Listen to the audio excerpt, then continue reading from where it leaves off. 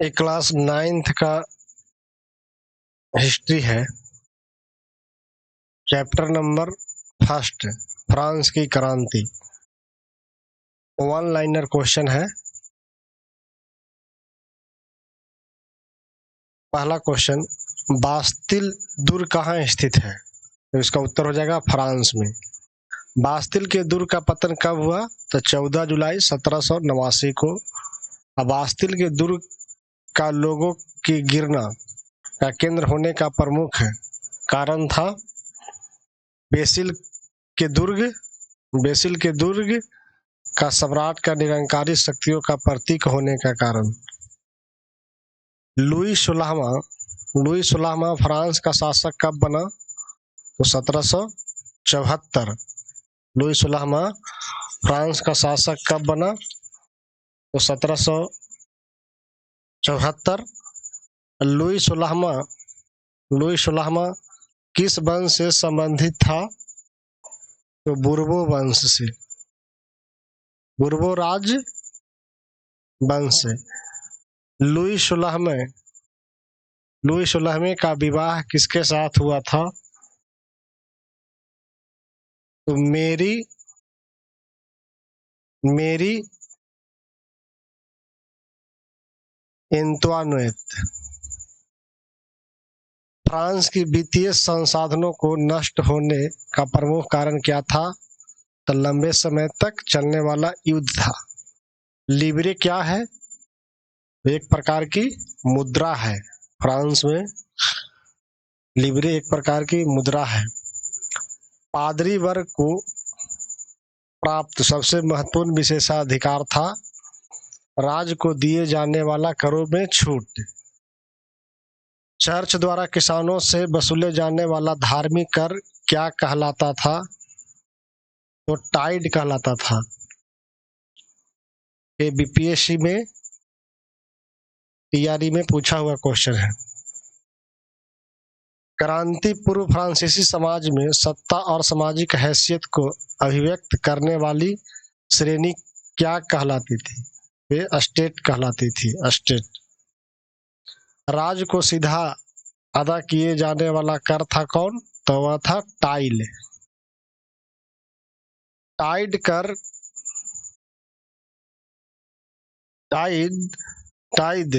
कर कृषि उपज का कितना प्रतिशत वसूला जाता था? तो 10%। चर्च के विषय कार्यों को करने वाले व्यक्तियों को समूह कहलाता था पादरी वर्ग। व्यक्तियों का समूह कहलाता था पादरी वर्ग। ऐसी चरम स्थिति जब जीवित रहने के लिए न्यूनतम साधन भी खतरे में पड़ने लगते हैं तो क्या कहलाती है? उसे जीविका संकट कहते हैं। स्वतंत्रता, सामान्य नियमों और अवसरों के विचारों पर आधारित समाज की परिकल्पना प्रस्तुत करने वाले दार्शनिक कौन थे? तो वे जॉन लॉक और रूसो थे। राज्य के देवी सिद्धांत और निरंकुश अधिकार के सिद्धांत को खंडन किसने किया था? तो जॉन लॉक ने किया था। जनता और उसके प्रतिनिधियों के बीच सामाजिक का निबंध पर आधारित सरकार का प्रस्ताव किसने रखा? तो रूसो ने रखा था। कानून की आत्मा किसकी रचना है? मॉन्टेस्क्यू की। कानून की आत्मा किसकी रचना है? मॉन्टेस्क्यू की। इसे स्पिरिट ऑफ द लॉज भी कहते हैं। Spirit of the laws. किसने कार्यपालिका, विधायिका और न्यायपालिका के बीच शक्ति विभाजन, शक्ति पृथक्करण का सिद्धांत दिया था? तो मॉन्टेस्क्यू ने। किसने कार्यपालिका, विधायिका और न्यायपालिका के बीच शक्ति विभाजन का, शक्ति पृथक्करण का सिद्धांत दिया? तो मॉन्टेस्क्यू ने। संयुक्त राज्य अमेरिका में कितने उपनिवेशों ने ब्रिटेन से खुद को आजाद घोषित किया? तो 13। एक राजनीतिक संस्था जिसमें तीनों स्टेट अपने अपने प्रतिनिधि भेजते थे वह क्या कहलाती थी? तो स्टेटस जनरल। लुई 16वें ने करों के प्रस्ताव का अनुमोदनार्थ स्टेटस जनरल की बैठक कब बुलाई गई? तो 5 मई 1789 को। इस वर्ग के प्रतिनिधियों ने यह मांग रखी थी कि इस बार प्रत्येक वर्ग को एक मत देने की बजाय पूरी सभा द्वारा मतदान कराया जाना चाहिए, जिसमें प्रत्येक सदस्य को एक मत देने का अधिकार होगा। तो वह तृतीय स्टेट था। सामाजिक संविदा किसकी रचना है? तो रूसो की। सोशल कॉन्ट्रैक्ट, रूसो की सामाजिक संविदा। टेनिस कोर्ट की शपथ कब ली गई थी? तो 20 जून 1789 को। किस वर्ग के प्रतिनिधि खुद को संपूर्ण फ्रांसीसी राष्ट्र का प्रवक्ता मानते थे? तो वह था तृतीय स्टेटस। किस वर्ग में स्वयं को नेशनल असेंबली यानी राष्ट्रीय सभा घोषित किया? तो तृतीय स्टेट। टेनिस कोर्ट की शपथ के समय नेतृत्वकर्ता कौन थे? तो मिराविये और आवासीय दोनों थे। टेनिस कोर्ट की शपथ के समय नेतृत्वकर्ता थे मिराविये और आवासीय। कुलीन परिवार में जन्म हुआ व्यक्ति जो समानता विशेषाधिकार वाले समाज को खत्म करने की जरूरत से सहमत हुआ था कौन? मिराविये। तृतीय स्टेट क्या है? तृतीय स्टेट क्या है शीर्षक से प्रचारक पुस्तक किसने लिखी? तो आवेसीय। नेपोलियन फ्रांस का सम्राट कब बना? तो 1804 में। नेपोलियन फ्रांस का सम्राट बना 1804 में। वाटरलू का मैदान कहाँ स्थित है? तो बेल्जियम में। वाटरलू का मैदान स्थित है बेल्जियम में। जैकोबिन गणराज्य का पतन कब हुआ था? तो 1792 से 93 ईस्वी। नेशनल असेंबली में करों, कर्तव्यों और बंधन वाली समानता व्यवस्था के उन्मूलन आदेश पारित किया था 4 अगस्त 1789 को। नेशनल असेंबली द्वारा संविधान निर्माण का सबसे प्रमुख उद्देश्य था सम्राट की शक्तियों को सीमित करना। नेशनल असेंबली में मतदान हेतु आवश्यक शर्तें थी 25 वर्ष से अधिक आयु, कर बताओ कि उच्चतम श्रेणी में होना, कम से कम 3 दिन की मजदूरी के बराबर कर चुकाना। नेशनल असेंबली में मतदान हेतु आवश्यक शर्त थी। तो पहला जो शर्त था कि 25 वर्ष से अधिक आयु, दूसरा जो शर्त था उच्चतम श्रेणी में होना कम से कम, और तीसरा जो शर्त था 3 दिन की मजदूरी के बराबर कर चुकाना। नेशनल असेंबली निर्मित संविधान की शुरुआत हुई थी पुरुषों एवं नागरिक घोषणा पत्र से। जनता का मित्र किसका समाचार पत्र है? तो जया पालमरा का। राजनीतिक प्रतीक, फ्रांस की राजनीतिक प्रतीक टूटी हुई जंजीर। राजनीतिक प्रतीक बताना है फ्रांस की, तो टूटी हुई जंजीर आजादी का। नीला, सफेद, लाल फ्रांस के राष्ट्रीय रंग।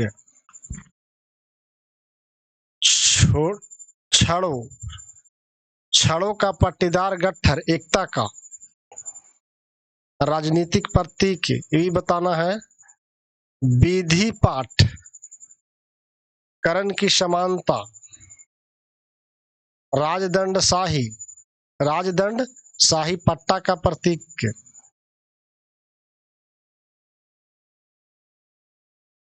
डैने वाली स्त्री कानून का मानवीय रूप का प्रतीक था। डैने वाली स्त्री। मार्सिले की रचना किसने की? तो रॉजेट द लाइल। मार्सिले की रचना रॉजेट द लाइल ने की। मार्सिले क्या है? तो फ्रांस के वर्तमान राष्ट्रगान। कन्वेंट क्या है? तो धार्मिक जीवन को समर्पित समूह की इमारत। जैकोबिन क्लब के सदस्यों का नेता कौन थे? तो मैक्सिमिलियन रॉबेस्पियर। सौकुलात का शाब्दिक अर्थ क्या है? बिना घुटने वाले। सौकुलात का शाब्दिक अर्थ है बिना घुटने वाले। सौकुलात पुरुषों द्वारा पहने जाने वाली टोपी किसका प्रतीक है? तो स्वतंत्रता। सौकुलात पुरुषों द्वारा पहने जाने वाली लाल टोपी किसका प्रतीक था? तो स्वतंत्रता। 1792 में नवनिर्वाचित असेंबली को क्या नाम दिया गया? तो कन्वेंशन। फ्रांस में राजतंत्र का कब अंत हुआ? 21 सितंबर 1792। सरकार का वह रूप जहां सरकार एवं उसके प्रमुख का चुनाव जनता करती है क्या कहलाती है? गणतंत्र। फ्रांस को गणतंत्र कब घोषित किया गया था? 1792 में। लुई 16वें को फांसी कब दी गई? 21 जनवरी 1793। लुई 16वें को फांसी दी गई थी 21 जनवरी 1793। लुई 16वें को फांसी कहाँ दी गई थी? पैलेस डी लॉ कॉनकॉर्ड में। लुई 16वें को फांसी दी गई थी पैलेस दी लॉ कॉनकॉर्ड में। दो खंभों के बीच लटकते आरे वाली मशीन जिस पर रखकर अपराधी को सिर धड़ से अलग कर दिया जाता है क्या कहलाती है? उसे गिलोटिन कहते हैं। किस क्रांतिकारी पत्रकार को आतंकराज के दौरान फांसी दे दी गई थी? कैमिल डेसमोलिन्स को। जैकोबिन सरकार के पतन के बाद नियुक्त डायरेक्टरी में कितने सदस्य थे? तो 5। डायरेक्टरी की राजनीति अस्थिरता का सर्वाधिक महत्वपूर्ण प्रभाव था नेपोलियन का उदय। डायरेक्टरी का राजनीतिक अस्थिरता का सर्वाधिक महत्वपूर्ण प्रभाव किसका था? तो नेपोलियन का उदय। फ्रांसीसी क्रांति के आदर्श थे स्वतंत्रता, समानता, बंधुत्व। किस संविधान के तहत महिलाओं को निष्क्रिय नागरिक का दर्जा दिया गया? तो 1791 के संविधान के तहत। फ्रांस की महिलाओं को मताधिकार कब प्राप्त हुआ? 1946 में। क्रांतिकालीन फ्रांस की किस महिला ने संविधान तथा पुरुष एवं नागरिक अधिकार घोषणा पत्र पर विरोध किया था? ओलंप द गुंज ने। किसने महिला क्लबों को जबरदस्ती बंद करने के लिए जैकोबिन सरकार की आलोचना की थी? तो वो ओलंप द गुंज ने की थी। किस जैकोबिन राजनीतिक ने महिला क्लबों को बंद करने के लिए निर्णय को उचित ठहराया था? तो सोमेत ने उचित ठहराया था। सौकुलात किसे कहा जाता है? सौकुलात किसे कहा जाता है? तो जैकोबिन को। सौकुलात जैकोबिन को कहा जाता है। कन्वेंशन में फ्रांसीसी उपनिवेश में दास मुक्ति का कानून कब पारित किया? 1794। दास व्यापार कब शुरू हुआ था? तो 17वीं शताब्दी में। मशहूर club D society of revolutionary और रिपब्लिक वुमेन का संबंध किससे था? तब महिलाओं से। मशहूर club D society of revolutionary और रिपब्लिक वुमेन का संबंध किससे था? तो महिलाओं से। आतंक राज के दौरान किसने नियंत्रण और दंड के सख्त नीति अपनाई? आतंक राज के दौरान किसने नियंत्रण व दंड के सख्त नीति अपनाई? तो रॉबेस्पियर ने।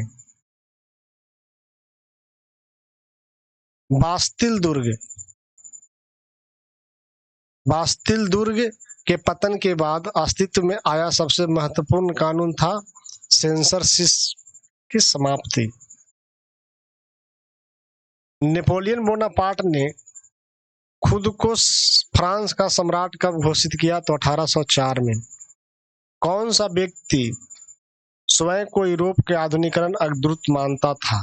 तो नेपोलियन बोनापार्ट यूरोप के आधुनिकीकरण का अग्रदूत मानता था।